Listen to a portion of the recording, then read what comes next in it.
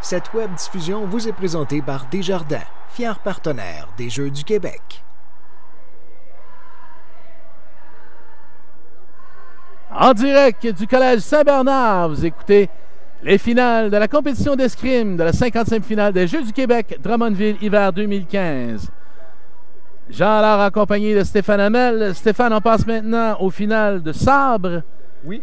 Alors, c'est seulement en masculin, donc sabre masculin et sabre par équipe. On débute cette première finale avec le Lac-Saint-Louis contre Montréal. Pour le Lac-Saint-Louis, François Cochon contre Montréal, Ong Hao-Xu. Voilà. Et alors, c'est ça. Là, présentement, je vais expliquer à la pause parce que vous allez voir le match. C'est très, très rapide, le sabre. À chaque 2-3 secondes, il y a une touche. Alors, c'est totalement différent qu'au fleuret. On touche avec le tranchant de la lame, eux aussi avec la pointe. Alors, c'est l'arme et on touche, vous allez voir, on touche de la ceinture à la tête et les bras aussi, c'est inclus. T'sais. Et là, il va y avoir des subtilités. Comme vous voyez, c'est déjà beaucoup plus rapide que le fleuret. Alors, on ne doit pas perdre une seconde. On a vu le jeune Cochon regarder le tableau, là. Il aurait pu se faire prendre, là. Non. Alors, l'attaque de François. Il faut dire que les deux, même s'ils viennent un du Lac-Saint-Louis et l'autre de Montréal, les deux s'entraînent ensemble au collège Jean de Brébeuf. Entraîné par maître Jean-Marie de Banos, qui est anciennement l'entraîneur de l'équipe nationale senior. Sommité en escrime. Une sommité en escrime et mon mentor.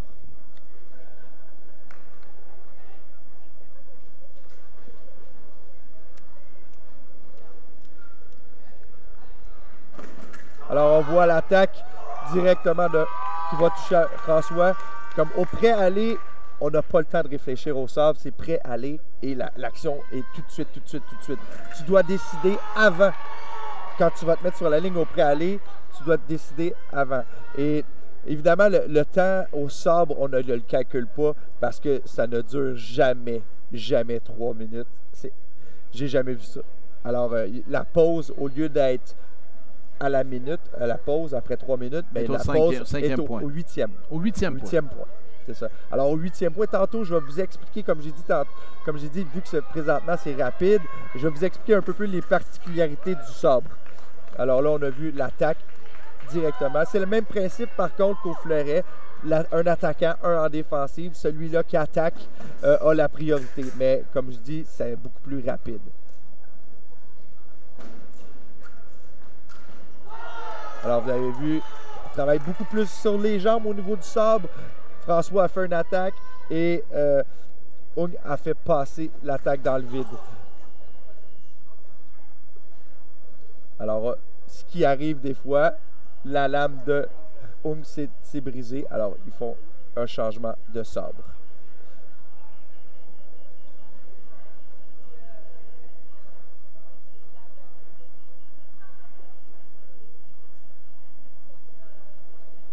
Alors, on peut voir la reprise.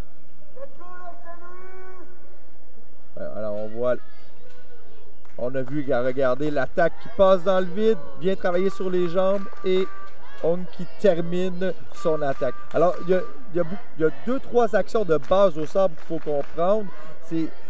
Les actions simultanées sont beaucoup plus fréquentes qu'au fleuret et à l'épée. Alors, au pré-aller, les deux athlètes, hop, attaque. Et l'autre action qui est quand même beaucoup plus fréquente, c'est qu'il y a moins de parade-riposte au niveau de la parade avec l'arme, mais il y a beaucoup d'actions qu'on fait qui sont avec les jambes. Alors, on fait une attaque, comme on a vu tantôt dans la reprise qu'on vient de voir. Ung n'a pas travaillé à faire bloquer la lame de son adversaire, mais a décidé de travailler à les jambes, à le faire passer dans le vide. Et c'est une action de base au sabre qu'on montre à la base aussi. Là. Fait que... On voit la foule. Alors, on voit, comme j'ai dit tantôt, le plancher est bondé d'athlètes. Tous les escrimeurs sont venus voir la finale. Alors, toutes les régions sont présentes ici sur le plancher. Fait que, et là, ce qui est drôle, c'est que là, habituellement, quand c'est ces deux-là qui font un combat, il n'y a personne qui encourage parce qu'ils sont du même club. Mais là, vu qu'ils sont de régions différentes, on entend les régions les encourager. Et aussi d'habitude, il n'y a pas d'entraîneur quand il y a un combat entre ces deux personnes-là, mais là, chaque région a son entraîneur. C'est son entraîneur attitré. Qui sont deux anciens escrimeurs de Brébeuf aussi, qui ont été coachés par Jean-Marie Banos. Alors, on a vu l'attaque de François. Alors, Jean-Étienne donne un carton à François parce qu'il bouge avant le pré-aller. Alors, on veut que les athlètes soient immobiles avant le pré-aller. Et si, après un avertissement, bien, ils continuent à bouger, ben, c'est carton jaune. Et alors, si François rebouge une autre fois avant le pré-aller, il y aura un carton rouge qui veut dire un point à l'adversaire. Ça va être moins anxieux là, ouais, c'est ça. Au départ de son action. Comme je dis tantôt, les actions se passent tellement rapidement. On veut essayer de prendre le départ le plus rapide possible, tout en étant en contrôle. Fait que des fois...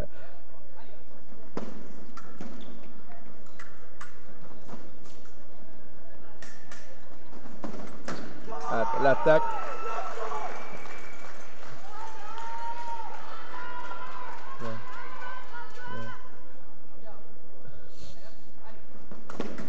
Alors, on a vu l'attaque qui n'a pas touché en premier lieu, même si la lumière a allumé, ça n'a pas été la première action qui a touché, c'est la remise. Alors, l'arbitre, elle, détermine que l'attaque non, et la riposte et la remise. Alors, le point va à gauche. Alors, la pause à 8. Comme j'expliquais tantôt, le sabre, c'est un peu différent. On ne touche pas avec la pointe. On n'a pas un 500 grammes avec un ressort ou quoi que ce soit. On a le droit de toucher avec la lame complète. Et aussi, on peut toucher avec la pointe. Bon, évidemment, l'antécédent, il y avait un senseur qui nous... faut dire que le sabre, c'est la dernière arme qui a été introduite au niveau électrique. Alors avant, le sabre, c'était que une veste blanche et c'était l'arbitre qui déterminait si la touche était bonne, s'il avait été touché ou non. Et il y avait les assesseurs, il y avait 4 assesseurs qui disaient, ben OK, tu as vu la touche, tu as vu la touche, tu as vu la touche, OK. Et c'était comme ça que c'était déterminé. Avant qu'on soit électrifié. Avant qu'on soit électrique. Et les compétitions au niveau électrique, ça fait pas 30 ans. C'est au début des années 90 qu'on a introduit le sabre électrique.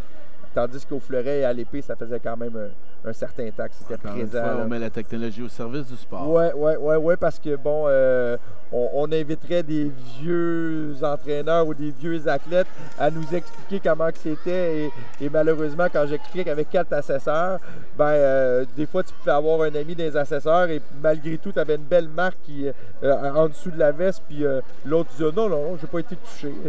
Mais bon, évidemment. Est-ce qu'on utilisait la cendre également? Non, ça fait très longtemps. C'est l'encre, premièrement. L'encre, okay. C'est la raison pourquoi c'est blanc.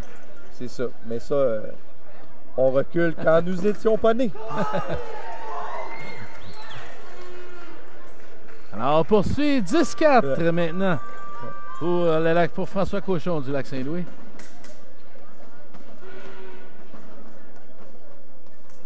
Également, on en a parlé, mais l'athlète en individuel remporte sa médaille pour lui, mais également pour sa région. Oui, donc c'est encore un petit plus là, au niveau des Jeux du Québec. Oui, c'est ça. Aux Jeux du Québec, ben, comme dans tout grand jeu, je veux dire, tu ne mets pas ton survêtement de ton club, ben, ça donne de ton pays. Tu mets ton pays, tu mets ta région. Fait que, ça donne un autre sentiment de réussite qui est totalement différent que juste gagner une médaille pour soi-même. T'sais. OK, on va voir François qui a fait une action qui a une fente volante et évidemment, il y a une chute. Et sûrement, pourquoi il y a eu le carton jaune, c'est qu'il a croisé les jambes. Et on n'a pas le droit de croiser les jambes au sabre, comme j'expliquais, toute action offensive, on n'a pas le droit de croiser les jambes, on doit rester la jambe en avant. Très bonne explication, Stéphane.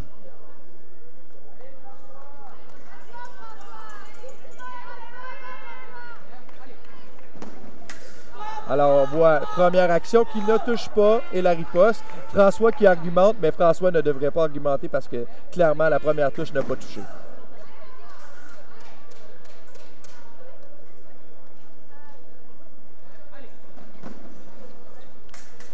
François retrouve son rythme, ce qui a fait faire des touches depuis tantôt.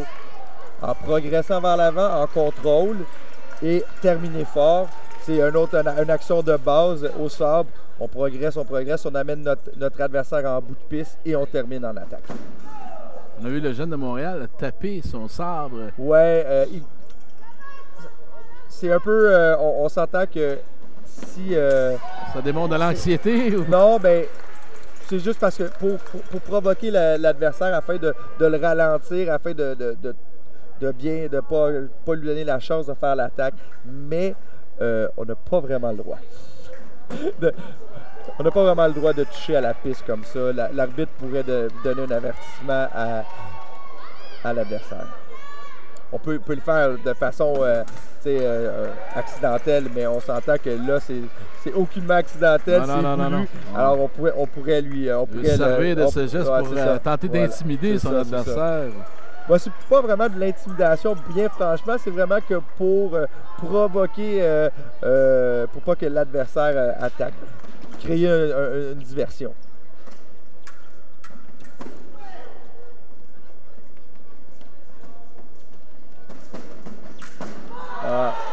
Même chose, pourquoi François ne touche pas, c'est qu'il reprise de l'action vers l'avant en attaque, mais ses marches étaient beaucoup trop grandes, ce qui fait que quand il était rendu à finir son attaque, il a dû retirer le bras, et parce qu'il a retiré le bras, il a mangé la contre-attaque. Erreur très fréquente, pas juste au niveau des Jeux du Québec, en Coupe du Monde, on la voit aussi cette touche-là. On va voir aussi comment que l'arbitre va déterminer la touche. L'arbitre ne donne pas de touche. Alors, il n'était pas sûr à qui était le point, mais si on a une reprise vidéo, je vous dis que la touche était à François parce qu'il reprend l'attaque. Et comme je dis, ce sont des arbitres en développement, et puis j'aime mieux voir un arbitre qui dit quelque chose comme ça, qui est pas sûr de la touche, puis qu'on remet en garde au lieu de faire une erreur qui pourrait coûter le match à un adversaire. Alors, François termine bien avec la tactique qui lui a fait gagner tout le long du match, en poussant son adversaire en attaque et en terminant fort. Alors, on va voir la dernière touche de François.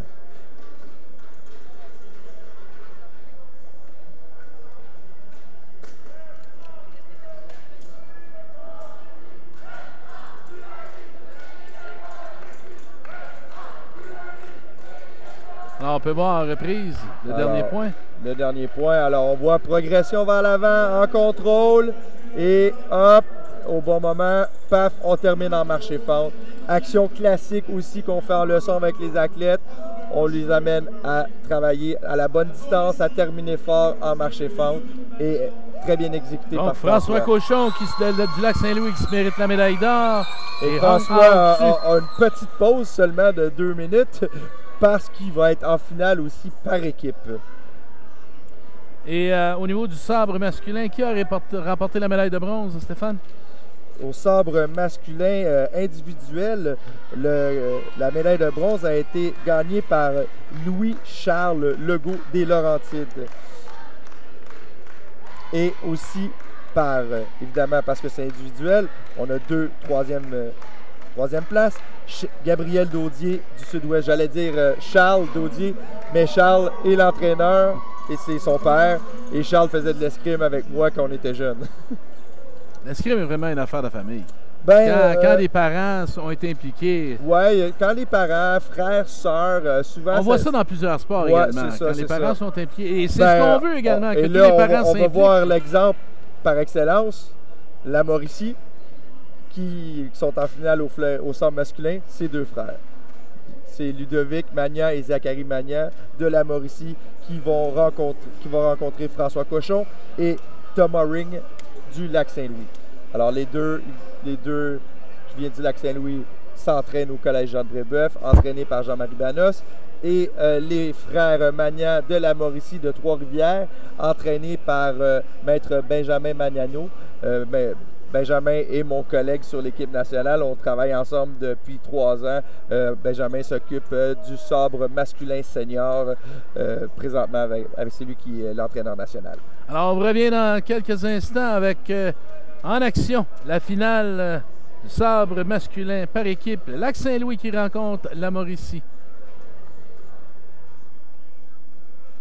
Au moment de sa soumission auto, on était là pour David, avec des prix compétitifs. On était là rapidement, même quand son auto n'était plus là. On était là avec la réclamation en ligne quand il a eu son accrochage. Mais quand David a eu la drôle d'idée d'utiliser sa voiture comme cabine d'essayage, on n'était pas là. Pour l'assurance, Desjardins est là quand ça compte. Demandez une soumission.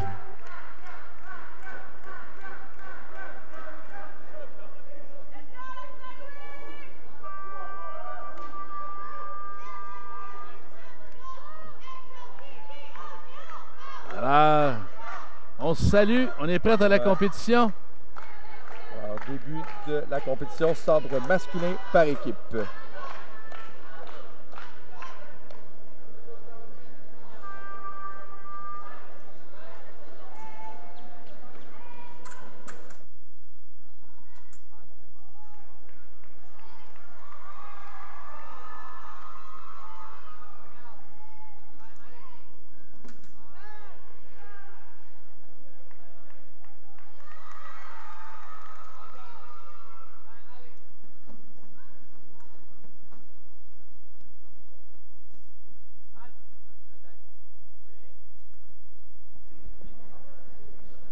Alors maintenant, retour au sabre masculin par équipe. Et puis les frères Magnan contre le Lac-Saint-Louis, les frères Magnan de la Mauricie. Le premier match est Zachary Magnan contre Thomas Ring. Et puis alors, comme je disais tantôt, Zachary est un des meilleurs sabreurs dans sa catégorie moins de 15 ans, mais malheureusement, aux Jeux du Québec, n'a pas pu se faire valoir, a connu une mauvaise performance et je suis persuadé qu'il va vouloir se reprendre pour partir d'ici avec une médaille.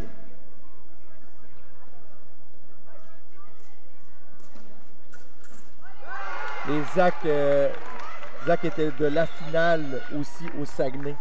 Même chose par équipe, il y a 2 ans. Et là, vous avez vu, Zach fait une fente volante.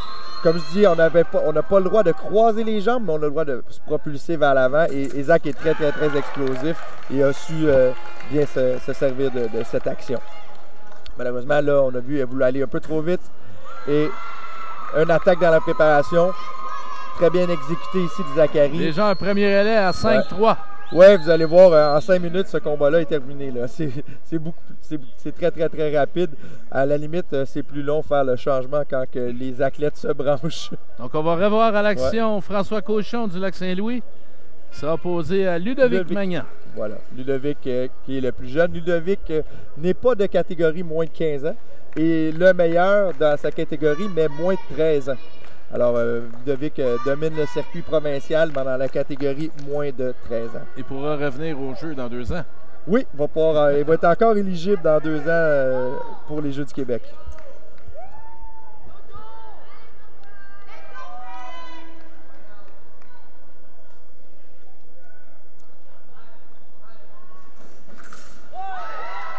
Alors François ici, évidemment, qui va essayer de remonter, d'aller chercher les touches d'écart. Et on voit une erreur ici de François. Ça, c'est vraiment une question d'arbitrage qui est pour les gens dans votre salon, que c'est un peu compliqué de comprendre si j'ai pas de ralenti, de vous l'expliquer. Alors on voit Ludovic fait une attaque un peu trop rapide, un peu trop précipitée. Belle parade riposte de François. Comme tu as expliqué précédemment, avec la vitesse des actions, c'est difficile pour l'arbitre des fois d'identifier lequel qui a attaqué en premier. Oui, c'est ça. C'est difficile pour l'arbitre, mais c'est difficile aussi, je comprends les gens à la maison. Le sabre, c'est... Bon, humblement, c'est l'arme la plus spectaculaire, mais c'est l'arme la plus compliquée à comprendre pour les gens qui sont à leur premier visionnement au niveau de l'escrime. Là, vous avez vu, les deux font une action, évidemment, mais l'arbitre a déterminé que François attaquait en premier. François qui reprend les devants pour Lac-Saint-Louis. Donc, deuxième relais à 10-6 maintenant en faveur du Lac-Saint-Louis. On revoit Thomas Ring.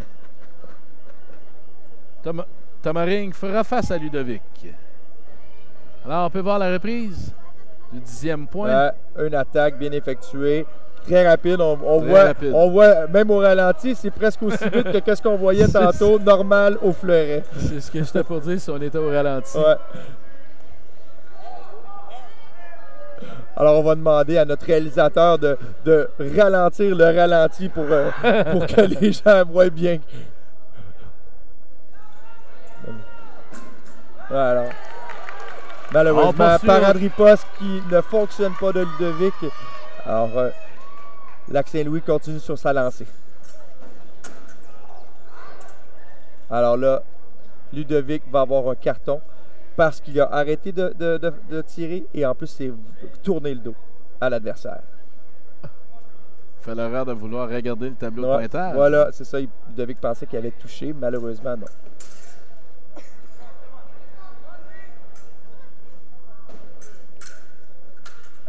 Il doit rester concentré et attendre l'appel de l'arbitre. Oui, c'est ça, évidemment. Thomas, ici, fait très bon jeu, est patient, attend le bon moment pour faire son attaque. Et là, il n'a pas été patient, a été beaucoup trop vite, ce qui fait qu'une attaque dans la préparation de Ludovic. Très bien, très bien exécuté ici. Une belle parade riposte en milieu de piste, qui est une action qui est vraiment pas facile à exécuter.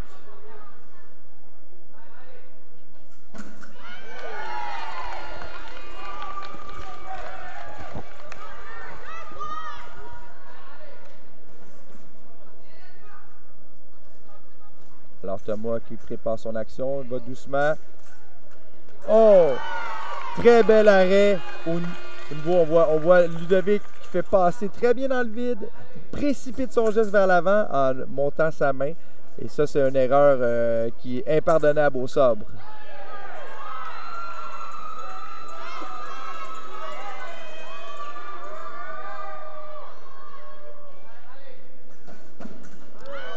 Malheureusement, Ludovic fait tout le travail sauf faire la touche.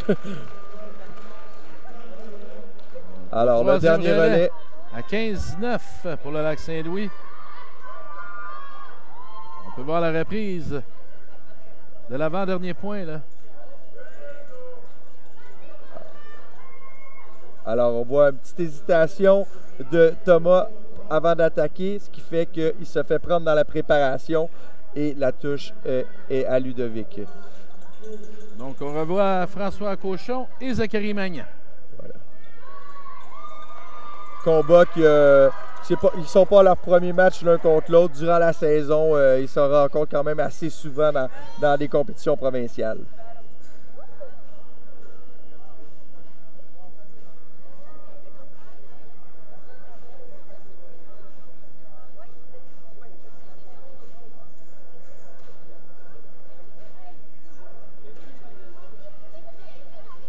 On est prêt à poursuivre l'action.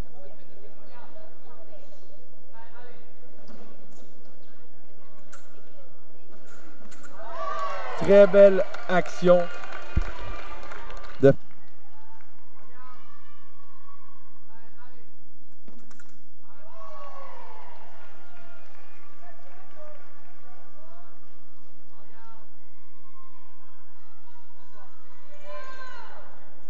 Alors, 17-9 pour Lac-Saint-Louis. Très belle attaque ici de François. Zachary qui essaie de faire une parade riposte dans le milieu, malheureusement qui n'a pas fonctionné. Alors, Zachary qui part avant le préaller. L'arbitre dit halte et replace les athlètes en ligne de garde.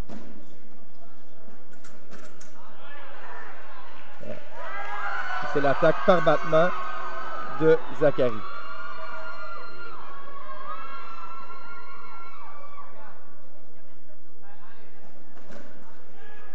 Ouais. C'est l'attaque dans la préparation, évidemment. François a fait une erreur au niveau de l'allongement de son bras, n'a pas été vers l'avant. Il a refait un petit retrait de bras, ce qui fait que la priorité est, et c'est la même chose un peu qui vient de se passer. Mais l'arbitre décide de remettre les athlètes en garde. Alors, attaque par prise de fer. Évidemment, François essaie de prendre la priorité en allongeant son bras, en établissant une ligne. Et là, on prend la priorité quand on établit une ligne. Mais bon, pour enlever cette priorité, il faut taper sur la lame, ce que Zachary a très bien fait.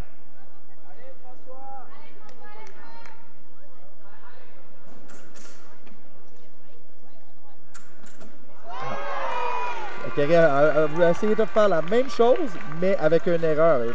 Très bien tapé sur la lame, mais au lieu d'aller tout de suite vers l'avant, a retiré le bras, ce qui fait qu'il y a eu une contre-attaque.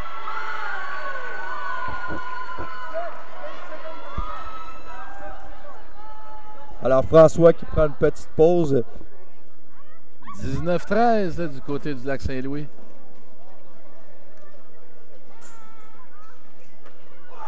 On veut terminer ça. Attaque. Hein? On voit ici un 14e point. Fait passer l'attaque dans le vide et fait la riposte avec une fente volante.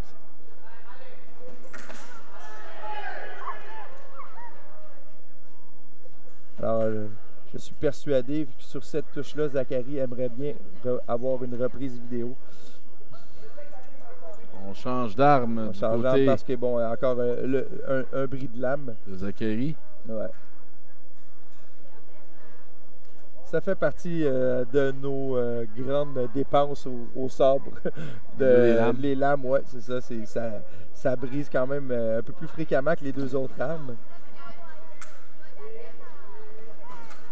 Ah, ouais, très belle attaque pour terminer. Victoire du lac Saint-Louis. Un pointage de 20-14. Alors, on revoit. On peut voir la reprise du dernier point victorieux. Première attaque de François qui n'a pas fonctionné. Et on va voir la reprise de l'attaque de François. Alors, vous voyez, première attaque passe dans le vide. Et hop, on pousse jusqu'au bout pour bien toucher à la fin. Très belle attaque pour terminer son combat. Juste pour vous mentionner, au sabre masculin, les gagnants du par équipe, qui était la Rive-Sud, qui était composé de Tommy Da Silva et Xavier Saint-Cyr. Alors, mesdames, messieurs, en direct du Collège Saint-Bernard, c'est ce qui termine l'épreuve de sabre de cette 50e finale des Jeux du Québec Drummondville hiver 2015. Jean Allard et Stéphane Hamel. Merci Stéphane. Merci, on revient tantôt avec l'épée. Au moment de sa soumission auto, on était là pour David, avec des prix compétitifs. On était là rapidement, même quand son auto n'était plus là. On était là avec la réclamation en ligne quand il a eu son accrochage. Mais quand David a eu la drôle d'idée d'utiliser sa voiture comme cabine d'essayage, on n'était pas là. Pour l'assurance, Desjardins est là quand ça compte. Demandez une soumission.